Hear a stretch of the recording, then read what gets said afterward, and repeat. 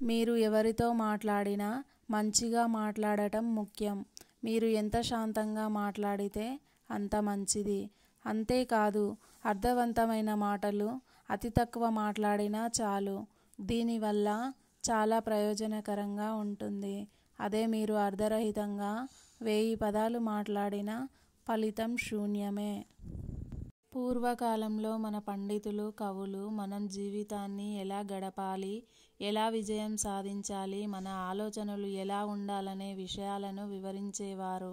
అందులో ముఖ్యమైనవి బుద్ధుని అభిప్రాయాలు, ఆలోచనలు. బుద్ధుని గురించి తెలుసుకున్న తర్వాత చాలామంది రాజులు తమ మనసు మార్చుకున్నారని, ఎన్నో మంచి పనులు చేశారని చరిత్ర ద్వారా తెలుస్తుంది.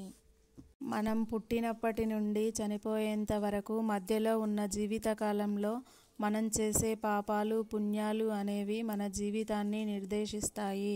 మన చరిత్ర, పురాణాలు, ఇతిహాసాలు తదితర విషయాలు మన జీవితంలో ఎలా గడపాలి మరియు మన మనసులో వచ్చే ఆలోచనలను బట్టి ఎలా విజయం సాధించాలనే విషయాలను సూచిస్తాయి.